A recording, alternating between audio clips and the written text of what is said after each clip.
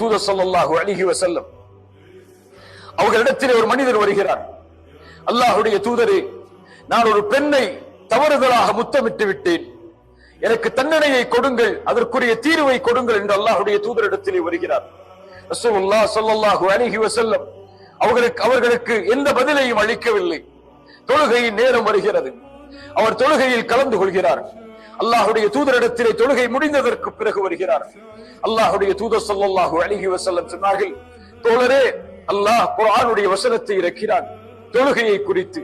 இன்னல் ஹஸனாத் யுذஹிப்ன ஸய்யிஆத், பாவங்களை நன்மைகள் அழித்துவிடும் இந்த குர்ஆனுடைய வசனங்களை ஓதினார்.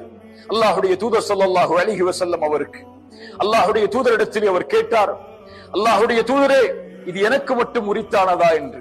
ரசூலுல்லாஹ் ஸல்லல்லாஹு அலைஹி வஸல்லம் சொன்னார்கள், இல்லை, என் உம்மத்தை சார்ந்த எல்லோருக்கும் இது உரித்தாகும். தொழுகை அந்த பாவத்தை நீக்கும், இறைவனின் பக்கம் அவனை நெருக்கமாக்கும், இறைவனிடத்திலே அவனை சுத்தப்படுத்தும். அல்லாஹ்